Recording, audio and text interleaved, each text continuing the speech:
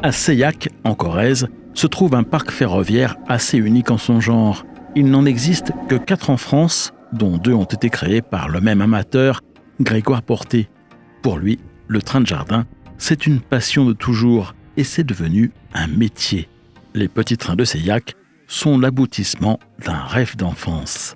Une vingtaine de trains roulent dans un parc arboré de 3000 m², taillé à leur mesure sur près d'1 kilomètre de rails, traversant villages, tunnels, ponts, lacs et rivières. J'ai suivi durant une journée d'exploitation Grégoire dans son petit paradis, mais comme vous le verrez, l'entretien d'un tel parc, c'est tout de même un sacré travail. Et pour que tout se passe pour le mieux, une fois les visiteurs admis dans le jardin, il y a beaucoup de choses à vérifier et à penser. Heureusement, Grégoire a l'œil et surtout l'oreille. Vous allez comprendre pourquoi dans ce reportage. Bonjour et bienvenue dans Aiguillage Modélisme.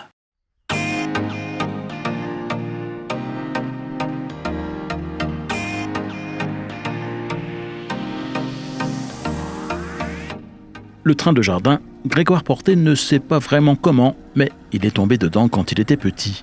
Son rêve le plus grand était alors de percer les murs pour faire sortir à l'extérieur les trains qu'il faisait rouler sur son réseau à l'échelle HO. Un projet qui n'a jamais franchement enthousiasmé ses parents. Allez savoir pourquoi. Ce n'est de fait que beaucoup plus tard, une fois arrivé à l'âge adulte, qu'il a pu concrétiser son rêve. Mais pas tout de suite, car dans la vie, Grégoire avait aussi une autre passion, la musique. Et ce n'est qu'après avoir exercé le métier de musicien pendant quelques années que son projet de train de jardin a refait surface. En 2004, il crée le Jarditrain à Saint-Didier dans le Vaucluse. Mais supportant difficilement la chaleur du sud de la France, il décide de revendre son premier parc ferroviaire pour en construire un nouveau dans une zone plus tempérée. C'est sur la Corrèze qu'il jettera son dévolu. Il s'y installe avec Laure, son épouse, au milieu de la décennie 2010. Après un an de recherche, il finit par trouver le site sur lequel il installera de nouveau des rails. Un parc tout en pente et truffé d'arbres centenaires. Bref, tout ce qu'il ne voulait surtout pas. Mais le temps commence à presser et le lieu est plein de charme et plutôt bien situé en plein centre du village. C'est décidé, c'est ici, à Seilhac, malgré les inconvénients identifiés, que serait sculpté son nouveau jardin ferroviaire. Car oui, pour Grégoire, la création de ce nouveau parc relève d'un travail de sculpteur. Pour que les trains puissent rouler sur des circuits relativement à plat, le jardin sera étagé. Il faut donc créer des plateformes sur lesquelles seront posés les rails et pour cela déplacer quelques 150 tonnes de terre et de rochers. Le plan ? Quel plan ? Grégoire l'a dans sa tête. Il sait assez précisément ce qu'il veut faire. Pour le reste, le tracé des voies devra s'adapter aux contraintes que la nature lui imposera sur le terrain. En 2016, après seulement 7 mois de travaux, mais au prix de journées de 15 heures de travail, les petits trains de Seilhac ouvrent leurs portes au public. À cette époque, j'avais rendu une première visite à Grégoire. Vous retrouverez ce reportage sur la chaîne Aiguillage et vous pourrez constater que depuis, pas mal de choses ont changé. Déjà, la nature s'est posée, les 3500 plantations de végétaux nains ont trouvé leur place dans le parc. Les constructions se sont multipliées et les trains ont pour une bonne part été renouvelés. Ce qui n'a pas changé en revanche, c'est le travail quotidien auquel Grégoire doit se livrer avant et après la fermeture du site pour assurer l'entretien du parc. Je l'ai suivi dans l'une de ses tournées de préouverture et constaté que ce n'était pas une sinécure. Pourtant, c'est toujours avec le même enthousiasme et le même plaisir non dissimulé que Grégoire m'a guidé dans sa tournée.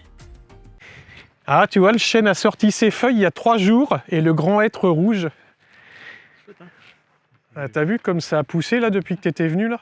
Bon, en fait, c'est là que je stocke en grande partie toutes les maquettes. Toutes les maquettes et tous les locaux. Toutes les maquettes sont sur les étagères. Enfin bon, j'en mets aussi là-haut dans les cabanons. Et puis tous les trains sont stockés partout là. Ouais. Donc là, j'ai les locaux qui sont dessus. Là, c'est les locaux de rechange. En tout cas pour le réseau du bas. Pour le réseau du haut, j'ai tout est monté dans les cabanons du haut. On va donc monter vers l'entrée du parc où se trouve le cabanon dans lequel Grégoire s'installera tout à l'heure pour recevoir les visiteurs. C'est de là qu'il contrôle la mise en route des animations et la bonne circulation des trains. Première chose que je vais faire, avant de faire ma caisse et avant de faire quoi que ce soit, je vais allumer le bassin. toc. Je vais prendre mon souffleur et je vais le passer partout. Et ça, c'est tous les jours. Et quand je suis ouvert le matin, je ferme entre midi et 2. L'après-midi, c'est une fois le matin, une fois l'après-midi. Je vais démarrer par là. Je démarre toujours, même ici, là d'ailleurs. Et ça me permet de vérifier l'état de...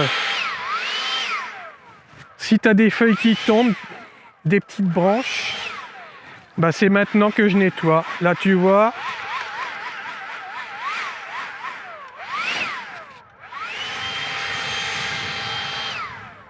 Voilà, donc ensuite, je vais faire ça sur tout le... Bon, en même temps, en faisant le souffleur, ça me permet de voir s'il n'y a pas des figurines qui ont été déplacées ou qui sont tombées, que des animaux ont poussé. Si tout est en place... L'entretien varie dans le parc au fil des saisons. L'automne, les allées et les maquettes sont recouvertes de feuilles mortes. Mais au printemps, époque à laquelle je tourne ce nouveau reportage, ce sont les pollens et les aiguilles de pin qui s'en donnent à cœur joie. Mais Grégoire va parfois de surprise en surprise lors de ses visites de contrôle d'avant l'heure d'ouverture au public. Ça, c'est les pollens, par exemple. C'est complètement jauni. Et alors, ce qui est incroyable, et c'est pour ça que après je vais être obligé de passer un petit coup sur les allers-retours avec les locaux, parce qu'en fait, les pollens, tu peux souffler dessus, et ils se retirent quasiment pas. Ça s'accroche dessus. Faut frotter. Ah bah tiens, là tu vois, ça c'est des escargots. Et ça c'est pendant la nuit. Alors là, je vais camoufler ça rapidement, juste comme ça, et ensuite il faudra que je refile un coup d'enduit ce soir ou demain matin. Les escargots et les limaces adorent le polystyrène extrudé. Ils arrivent même à bouffer l'enduit qui est dessus, dis donc. Finalement, c'est l'hiver qu'il y a le moins d'entretien à réaliser dans le parc. Grégoire en profite pour travailler sur les maquettes et les autres éléments du décor. L'hiver, je rentre toutes les maquettes, tout le décor, il reste que les rails et les ponts. Et je restaure tout. Toutes les maquettes sont restaurées. Je repeins à peu près 300 à 350 figurines sur les 700 qu'il y a dans le parc chaque hiver, pour que ce soit pas délavé et moche. Et puis je fabrique les nouveautés pour l'année suivante. Par exemple, là cette année, j'ai donc là Georges, mon copain, qui m'a passé donc ces trains et puis certaines maquettes. Et là j'ai mis en place les 3 éléments qui sont là. Ça y était pas l'année dernière. L'année précédente, j'ai fabriqué la scierie qui est là, la maison du sculpteur qui est en bas. Chaque année, ça s'améliore.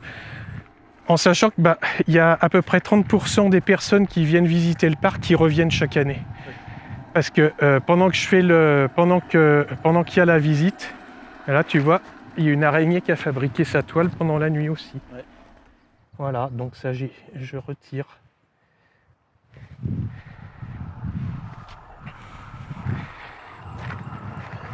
Donc ouais, je te ferai voir le petit jeu que je change chaque année, où tu as une 30 ou 40 figurines à retrouver dans le décor.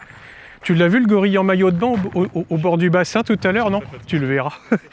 Ça, il faisait partie des figurines que j'avais mises à chercher l'année dernière. Il y avait la vache avec son chapeau à la ferme aussi. J'essaye de trouver. J'ai fait 2 jeux. Il y a un jeu simple pour les plus petits jusqu'à 5-6 ans, où tu as une série d'animaux à retrouver dans le décor visuellement, qui sont dans l'ordre de la visite. Et puis une deuxième liste beaucoup plus compliquée, où tu as 35 à 40 figurines à repérer dans le décor, mais c'est dans le désordre. Et puis en plus, j'en mets sur les trains. Comme ça, ils ne regardent pas que le décor, ils regardent aussi les trains.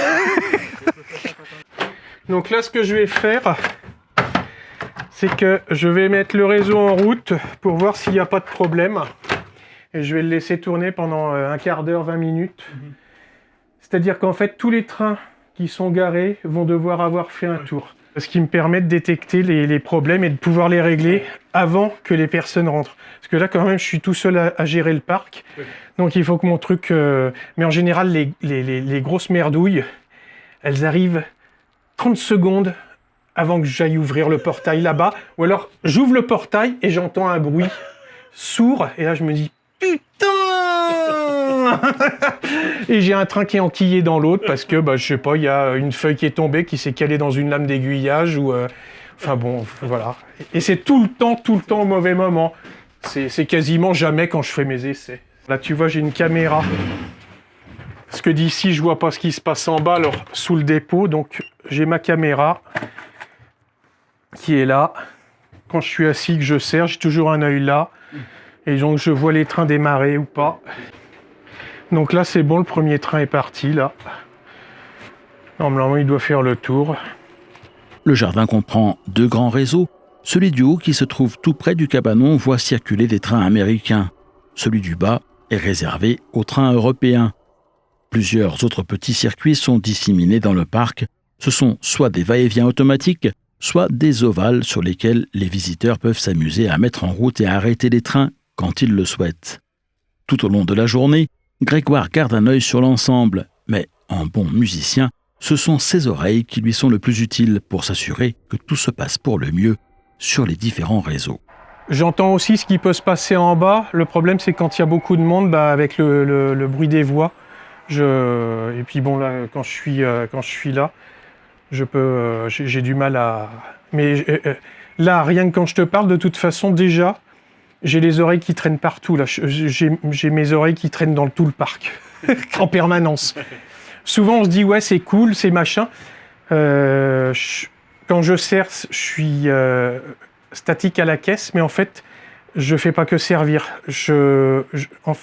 J'écoute tout ce qui se passe dans le parc. En fait, je suis partout à la fois, parce qu'en cas de problème, j'ai parfois quelques secondes pour réagir. Sinon, ça peut...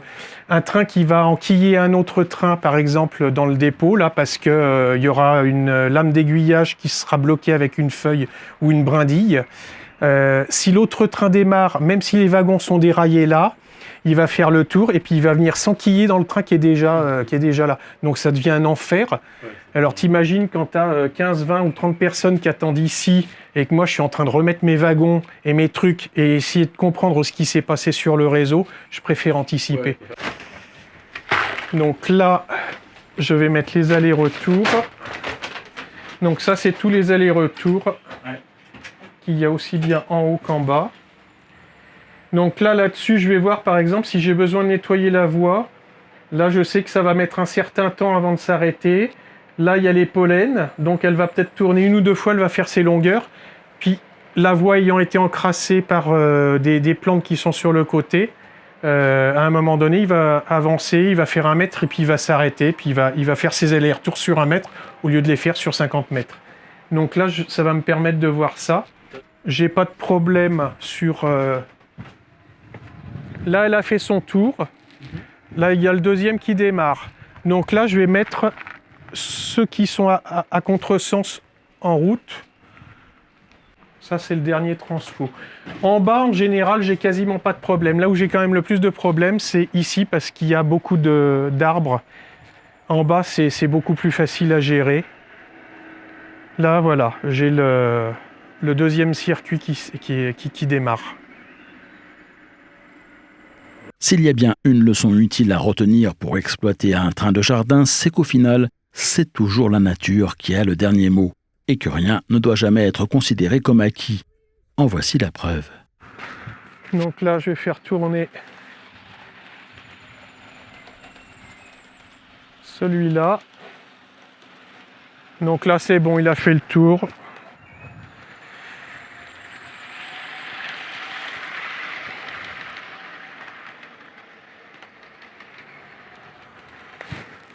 Là, c'est pareil, quand tu étais venu, c'était sommaire. Là, j'ai vraiment aménagé. Bon, là, tu vois, j'ai pas fait mon boulot. Et ben voilà, il y avait ça sur les voies. Je l'ai pas vu. Un petit morceau de branche cassée, une aiguille de pin qui bloque un aiguillage, un escargot qui traverse sans regarder, un accident est très vite arrivé. La tournée d'inspection se poursuit donc pour éliminer le plus possible de sources d'incidents potentiels. Donc là, je te disais, il y a une liste, je te ferai voir tout à l'heure, quand les gens seront là. Tu as une liste de 35 à 40 figurines à repérer dans le décor. Là, par exemple, tu as Harry Potter qui fait partie de la liste. L'année dernière, j'avais mis les joueurs de boules, mais qui n'étaient pas assez temps. Les personnes qui jouent à la pétanque. Là, cette année, il y a un homme avec un bouquet. Il est là. Alors, je sais pas pourquoi, celui-là, il y en a plein qui le voient pas, qui le trouvent pas. Mystère. Ah ouais, tiens, le train qui passe, là. Les GP... j'ai même créé ma ligne, ma société GP Railway. Je les ai entièrement repeintes et puis... Voilà, quand tu es venu, je crois qu'il y avait la chapelle, la ferme, ces 4 maisons, plus celle au volet marron. Depuis, il y a eu toutes ces maquettes que j'ai créées. L'épicerie, celle-ci aussi. Là, tu vois, celle-là, je l'ai fabriquée l'année dernière. Tiens, ça, c'est les pies qui se battent. Et là, cette année, donc chaque année, je renouvelle aussi les trains. Celui-là, il n'y était pas du tout l'année dernière. Là, par exemple, il faudrait que je donne un coup de pinceau pour épousseter les locaux. Là, en bas, je l'ai fait en haut, mais je ne l'ai pas fait en bas hier. Elle est recouverte de pollen, là. Tu vois, la couleur un peu jaunâtre, c'est les pollens. Parce qu'en fait, là, les Douglas sont en train de renouveler leurs épines. Et au moment où ça s'ouvre, tu as le pollen un peu jaune, tu as le chêne aussi qui produit, tu as les hêtres, et on ne le voit pas là-bas, il y a un gros noyer. Et alors là, ça dégage sans arrêt. Même si on ne s'en aperçoit pas, moi je ne suis pas allergique au pollen, donc ça va. Mais là, avec le vent, ça en fout absolument partout en permanence. Tu l'as vu mon gorille en maillot de bain ? Hein ?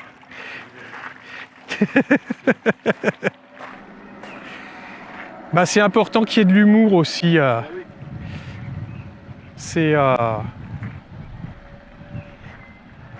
Et ouais, là, c'est vrai que quand tu étais venu, on venait de planter, donc là, tout a pris. Là, je regardais les photos des plantes de 2016. C'était haut comme ça. Donc là, ça a pris sa bonne... En fait, là, maintenant, le jardin est posé, installé, enraciné. Maintenant, oui, il faut l'entretenir. Il faut l'entretenir et puis gérer la pousse. Laure me donne un gros coup de main pour tout ce qui est... parce qu'on a quand même 6500 m² à entretenir. À tondre aussi, hein, là, pour tondre tout le terrain, là, c'est presque 5 heures. Hein. Voilà, donc 5 heures plus le fil pour tout ce qui est bordure. Donc voilà, faut tailler toutes les haies. Donc et on fait ça à deux, quoi. On embauche, on fait même pas intervenir d'entreprise. On fait ça. Un travail considérable que Grégoire se sent de faire quelques années encore, tant qu'il en aura la force et la santé. Pour la suite, il a déjà quelques idées en tête, mais l'heure n'est pas encore venue. Celle de l'ouverture au public cet après-midi-là approche inexorablement en revanche. C'est le moment des ultimes contrôles avant d'aller ouvrir le portail d'accès. L'occasion pour Grégoire de se remémorer chaque jour ce qui l'a séduit et conduit à faire le choix de ce site avant de saluer l'entrée des premiers visiteurs. Parce que là, ça fait comme une cathédrale. C'est... Ouais, là, on a l'impression d'être protégé. La hauteur des arbres est vraiment impressionnante. Et là, quand les gens ouvrent la porte, de toute façon, je le vois bien. Pour ceux qui ne connaissent pas, ils s'arrêtent, ils regardent, et puis ils s'avancent. Mais en fait, ils ont la même réaction que celle que j'avais eue en venant visiter pour la première fois. Moi, ce que j'avais vu, tu vois, c'est cette vue-là. Bon, là, ça a un peu poussé les branches, mais en fait, c'était ce cadre-là. C'est marrant, je m'en aperçois maintenant. Les branches sont descendues, mais on voyait les toits des maisons, le clocher, et en fait, je me suis dit, ça va me permettre d'avoir une continuité esthétique au niveau du décor. Ça ne s'arrête pas juste là, c'est tout un ensemble. Tu as le fond de décor. C'est ça exactement, c'est exactement ça, naturellement. Il y a le fond de décor. Et ça, c'était vraiment important. Mais c'est vrai que le gros challenge pour moi, c'était qui avait prévu de faire le parc sur un terrain plat. C'était d'avoir un terrain très très pentu, parce qu'on est quand même sur un terrain pentu qui était à plat. Et je me suis dit, comment je vais aménager ça? Et à part le faire en plateau, il n'y avait pas d'autre solution. Mais je ne regrette pas du tout, parce que en fait, on voit les trains à différents niveaux maintenant. Bonjour. Bah, allez-y, hein, c'est ouvert. Il est 14h30, les premiers visiteurs entrent dans le parc, où ils passeront au minimum une bonne heure et demie. Le temps de retrouver tous les personnages dissimulés dans le décor, ou de simplement se poser sur un banc pour profiter du calme et de la beauté du lieu, en se laissant bercer par le ronronnement lointain des trains parcourant inlassablement le jardin. La nouvelle saison des petits trains de Seillac vient de commencer. Les horaires d'ouverture du parc varient au fil de la saison. Jusqu'à fin juin, la visite est possible les mercredis, samedis et dimanches après-midi. Du 1er au 14 juillet, tous les jours, de 14h30 à 18h. Du 15 juillet au 31 août, de 10h30 à 12h30 et de 14h30 à 18h30. Vous retrouverez tous ces détails sur le site lespetitstrainsdeseillac.com et bien sûr également dans mon guide du tourisme et des loisirs ferroviaires édité par La Vie du Rail, dont l'édition 2022 vient de sortir. Vous pourrez le retrouver quant à lui sur le site www.aiguillage.eu à la rubrique guide. Si vous le commandez par ce biais, je me ferai un plaisir de vous en envoyer un exemplaire dédicacé sur simple demande. En attendant, je vous retrouve lundi prochain sur cette même chaîne, mais dès jeudi sur la chaîne Aiguillage pour partager avec vous mes plus récentes découvertes ferroviaires.